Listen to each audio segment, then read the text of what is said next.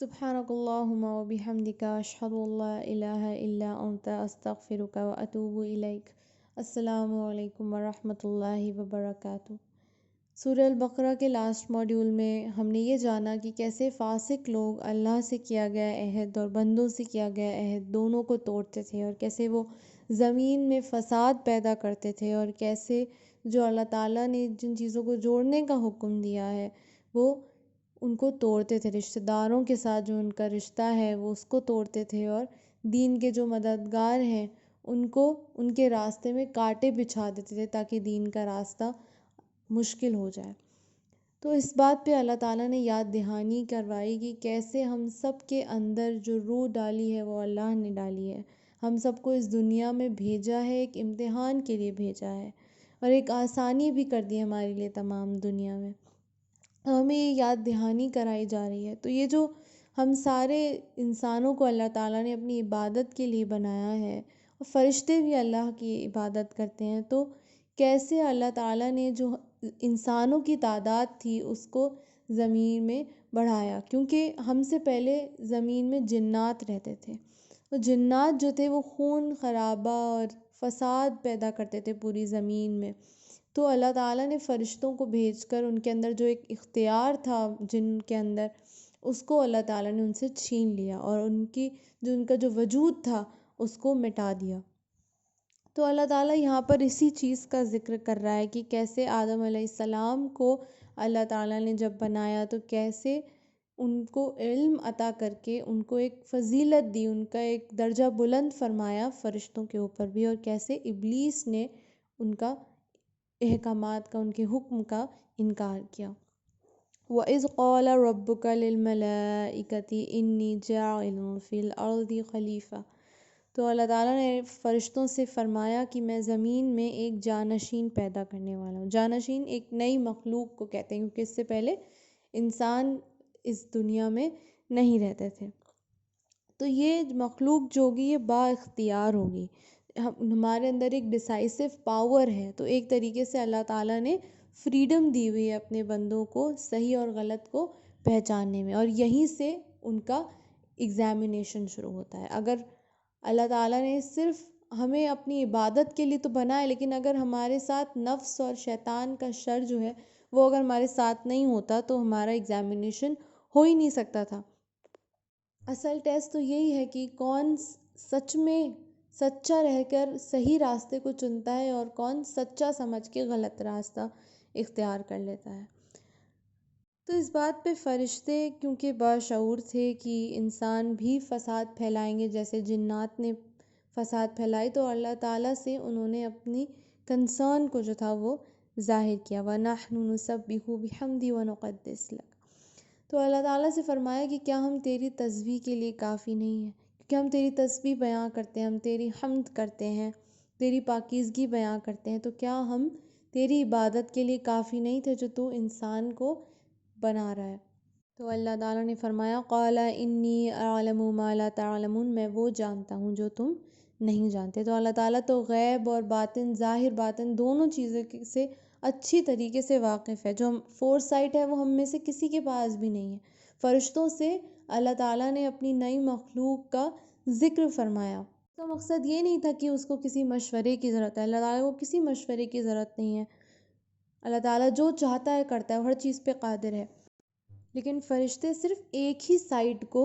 دیکھ رہے تھے، وہ صرف یہ دیکھ رہے تھے کہ انسان جو ہے وہ فساد پھیلائیں گے پوری زمین میں۔ وہ ہر طریقے سے، ہر اینگل کو، ہر اسفیئر کو پوری طریقے سے اینالائز نہیں کر رہے تھے، کیونکہ یہ اختیار صرف اللہ کے پاس ہے۔ یہ صرف اللہ تعالیٰ سب باتوں کا شعور رکھتا ہے، وہ وسیع علم والا ہے۔ کہاں خیر ہے کہاں نہیں ہے یہ اللہ تعالیٰ کو معلوم ہے کہ اس کے بندوں کے لیے، اس کے مخلوق کے لیے کہاں خیر ہے اور کہاں نہیں ہے، کیونکہ کبھی کبھی خیر کم ہوتی ہے پر بہت زیادہ قیمتی ہوتی ہے۔ وَعَلَّمَ آدَمَ الْأَسْمَاءَ كُلَّهَا ثُمَّ عَرَضَهُمْ عَلَى الْمَلَائِكَةِ۔ تو اللہ تعالیٰ نے آدم علیہ السلام کو سارے نام سکھا دیے، جن جن چیزوں کو پیدا کیا ان سب کو پیش کر کے اللہ تعالیٰ نے ان کے سارے نام آدم علیہ السلام کو سکھا دیا۔ اور پھر فرشتوں کو پوچھا کہ ان سب کے نام بتاؤ، اگر تم سچے ہو اس بات میں کہ انسان سے فساد پیدا کرے گا تو ان سب کے نام بتاؤ۔ تو فرشتے تو بہت عاجز ہیں، وہ ساری خطائیں سے پاک ہیں، تو اللہ تعالیٰ نے جب ان سے یہ سوال کیا تو انہوں نے اپنی عاجزی کا اختیار کیا، اپنی لا علمی کا اختیار کیا۔ اچھا، اپنی ویکنس کو ایکسیپٹ کرنا بھی بہت عظمت کا کام ہوتا ہے، بہت بڑا کام ہوتا ہے۔ فرمایا کہ قالوا سبحانک لا علم لنا الا ما علمتنا، اے اللہ ہم وہی جانتے ہیں جو تو نے ہمیں سکھایا ہے۔ تو یہاں پر علم کی بات ہو رہی ہے کہ ہم اتنا ہی جانتے ہیں جتنا اللہ نے ہمیں سکھایا ہے۔ اور اپنی بات کی شروعات کیسے کی؟ اللہ تعالیٰ کی حمد عطا کر کے۔ اور ہم کیسے اپنی باتوں کی شروعات کرتے ہیں؟ اللہ سے دعا مانگتے وقت اللہ ہمیں یہ دے دے، یہ دے دے، یہ عطا کر دے، وہ عطا کر دے۔ پیچھے ہم سیکھ کر آئے نا کہ کیسے ہمیں ہر دعا میں سب سے پہلے اللہ تعالیٰ کی حمد و ثنا کرنی چاہیے، اور اس کے بعد تقوی کا اور عاجزی کا اختیار کر کے اس کے بعد اپنی جو دلی تمنائیں ہیں ان کا اظہار کرنا چاہیے۔ اور پھر اللہ تعالیٰ نے آدم علیہ السلام سے کہا کہ ان سب چیزوں کے نام بتاؤ۔ آپ نے یہ چیز اکثر ایکسپیرئنس کی ہوگی کہ کبھی بھی جیسے ہم کلاس روم میں ہوتے ہیں اور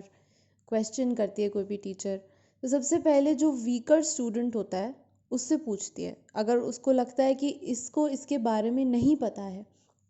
تو وہ اس سے پہلے سوال کرتی ہے، نہ کہ اس سے جس کو انہیں وہ شور ہے کہ وہ انسان جو ہے اس بات کا جواب دے دے گا۔ تو اللہ تعالیٰ نے تو آدم علیہ السلام کو سارے نام سکھائے تھے، تو اس لیے ان سے نہ پوچھ کے انہوں نے پھر فرشتوں سے پوچھا کہ اگر تم اس بات کا علم رکھتے ہو، اگر تمہیں یہ لگتا ہے کہ انسان صرف فساد پیدا کریں گے دنیا میں اور ان کا کوئی بھی کام نہیں ہے اور ان کی عبادت جو ہے وہ درست نہیں ہوگی، تو تم ان سب چیزوں کے نام بتا، تمہیں لگتا ہے تم اختیار میں مرتبے میں ان سے بڑے ہو۔ تو آدم علیہ السلام نے ان سارے چیزوں کے نام بتا دیا اللہ کے حکم پہ۔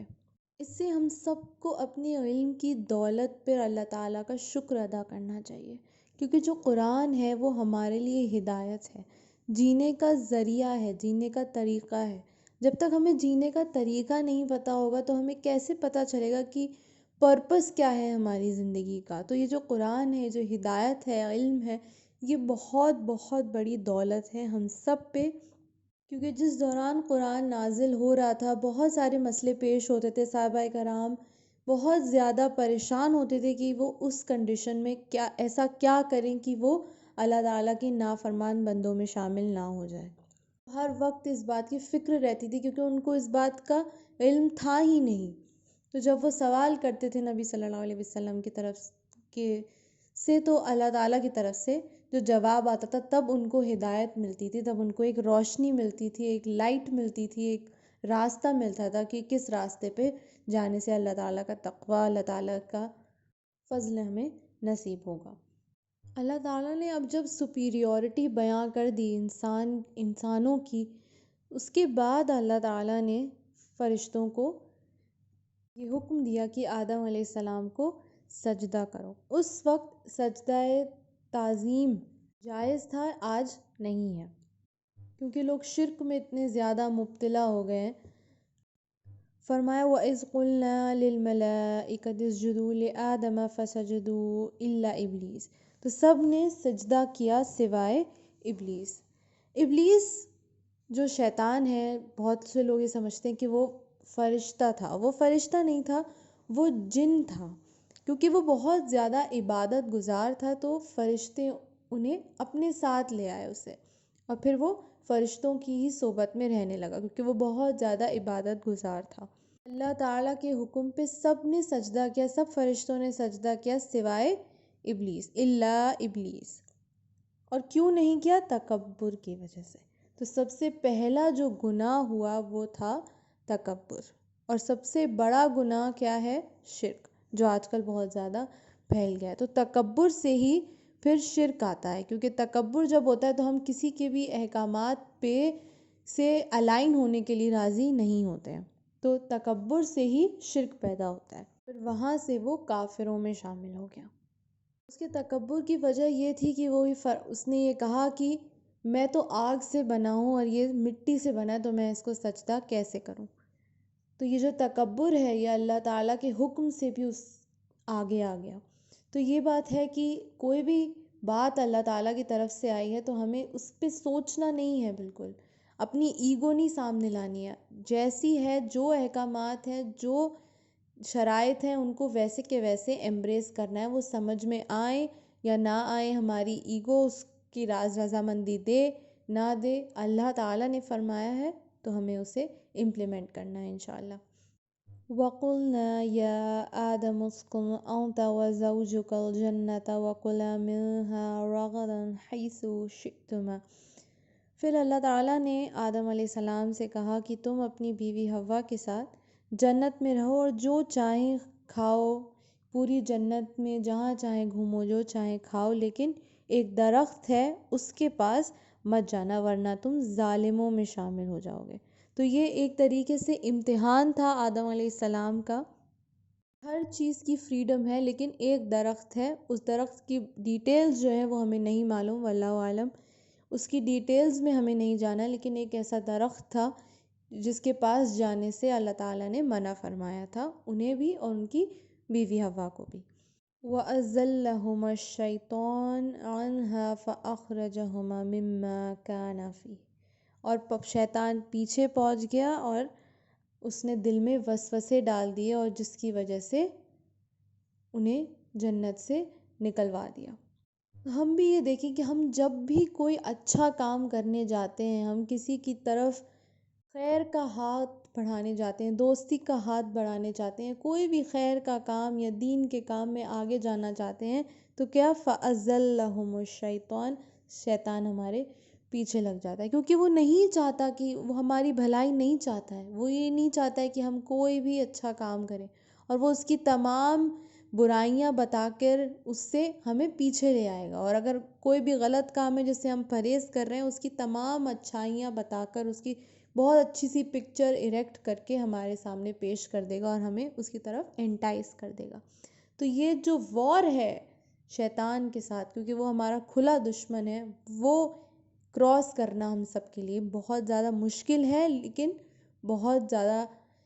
بڑھائی کا کام ہے، کیونکہ اللہ تعالیٰ بھی جو دین کے مددگار ہوتے ہیں نا، ان کا ذکر اپنی بہت اچھی اچھی مجلسوں میں کرتا ہے۔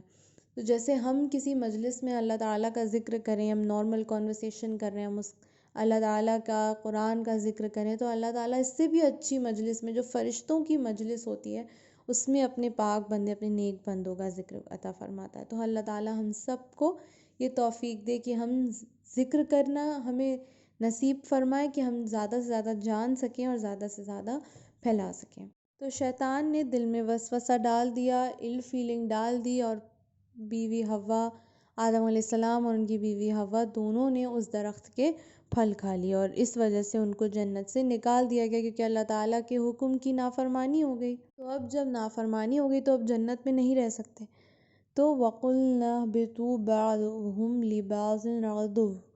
تو اب انہیں نیچے اتارا گیا، زمین کی طرف اتارا گیا، جہاں پر لوگ کے دشمن ہوں گے، بعض کے دشمن ہوں گے، اور وہاں پر خون خرابہ ہوگا، لیکن انسانوں کو کیا کرنا ہے، اس کا بیسٹ ایڈوانٹیج نکالنی ہے، best advantage in the sense اللہ کو راضی کرنے کے لیے اس کی ایڈوانٹیج نکالنی ہے۔ ایک ٹائم تک وہاں پر انہیں رہنا ہے، اور پھر اللہ تعالیٰ کے سامنے ان کی نیکیاں اور گناہ دونوں ہوں گے۔ پھر آدم علیہ السلام نے اپنی غلطی کا اعتراف کیا اور بہت زیادہ اللہ تعالیٰ سے معافی مانگی، اور اس کے بعد اللہ نے انہیں چند کلمات سکھا دیے جس سے انہوں نے اللہ تعالیٰ کی بخشش کی طلب اپنی جتائی۔ تو یہاں پر ایک کانٹراسٹ ہمیں دیکھنے کو ملتا ہے کہ کیسے شیطان نے اللہ تعالیٰ کی نافرمانی کی، لیکن اس نے کیا کیا، اپنی بات پر اڑا رہا، اس نے اعتراف نہیں کیا، اپنی ضد پر اڑا رہا اور اپنے تکبر پہ اٹل رہا۔ لیکن دوسری طرف آدم علیہ السلام نے بھی اللہ تعالیٰ کی نافرمانی کی، لیکن اللہ تعالیٰ سے معافی مانگی، اپنی غلطی کا اعتراف کیا، توبہ کی اللہ تعالیٰ سے، اور اللہ تعالیٰ بے شک غفور الرحیم ہے، تواب الرحیم ہے، بار بار توبہ قبول کرنے والا ہے۔ تو اللہ تعالیٰ نے آدم علیہ السلام کو اور بیوی حوا کو معاف کر دیا، لیکن پھر بھی نافرمانی تو ہو گئی تھی، تو اب جنت میں تو وہ دونوں نہیں جا سکتے تھے، تو اللہ تعالیٰ نے انہیں زمین میں بھیجا اور ان سے یہ فرمایا، ان کو وارن کیا کہ جب کبھی بھی ہدایت آئے اللہ تعالیٰ کی طرف سے تو فوراً رجوع کرنا، زمین میں رہو، اور جو بھی رجوع کرے گا، جو بھی اللہ تعالیٰ کی احکامات سے اپنے آپ کو الائن کرے گا، اس کے لیے کوئی خوف نہیں ہوگا، کوئی بھی غمگین نہیں ہوگا اگر ہدایت پہ چلے تو، اگر دین پہ چلے تو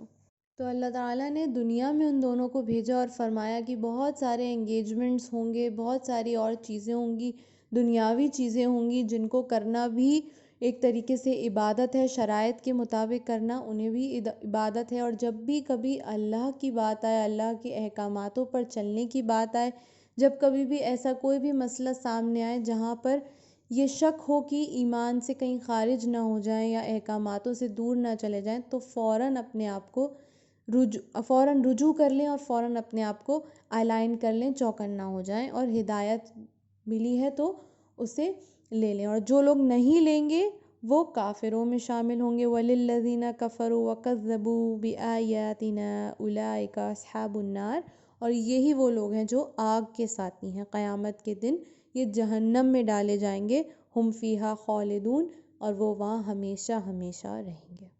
تو اللہ تعالیٰ نے ہمارے لیے سب چیزیں واضح کر دی ہیں، کیسے ہمیں اس دنیا میں لایا، کون ہمارا پریڈیسیسر تھا، کیسے ان سے ایک گناہ ہوا، کیسے انہوں نے فوراً رجوع کر لیا، اور کیسے ایک بہت بڑا گناہ ہوا جس کا رجوع نہیں کیا گیا، جس کا اعتراف نہیں کیا گیا، جو تکبر، جو بہت بڑا گناہ ہے، وہ ہم سب کو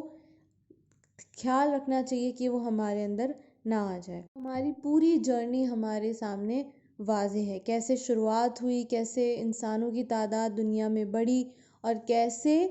اگر ہم نے ہدایت لے لی، اگر ہم نے عمل کر لیا تو ہمارے لیے جنت میں باغات ہیں، اور کیسے اگر ہم نے انکار کر دیا تو وہی لوگ آگ کے ساتھی بن جائیں گے جو ہمیشہ ہمیشہ وہاں رہیں گے، کیونکہ یہاں پر تو ہم ایک ٹیمپرری ٹائم کے لیے، ہماری ٹیمپرری اسٹے ہے، لیکن وہاں تو ہمیں ہمیشہ ہمیشہ رہنا ہے، جنت ملی تو اور جہنم ملا تو۔ یہ ٹیسٹ انسانوں کے لیے کیوں ہے؟ وہ اس لیے ہے کیونکہ انسانوں کا جو مرتبہ ہے، کیونکہ ہم یہاں دیکھ چکے ہیں، پڑھ چکے ہیں کہ فرشتوں نے انسانوں کو سجدہ کیا، آدم علیہ السلام کو سجدہ کیا جو کہ ایک انسان تھے۔ فرشتے کا پورے کام جو ہے وہ اللہ تعالیٰ کی تسبیح، اللہ تعالیٰ کی پاکیزگی اور حمد و ثنا ہے، لیکن ہمیں جو دنیا میں بھیجا گیا تو ہمارے ساتھ شیطان ہر وقت ہے، ہمارا نفس ہر وقت ہے، کیونکہ ہمارا نفس ہمارے ساتھ ہمیشہ رہتا ہے، اور نفس کو پیدا کرنے والا بھی اللہ ہے، تو ہمارے لیے جو آزمائش ہے، جو امتحان ہے وہ زیادہ ہے۔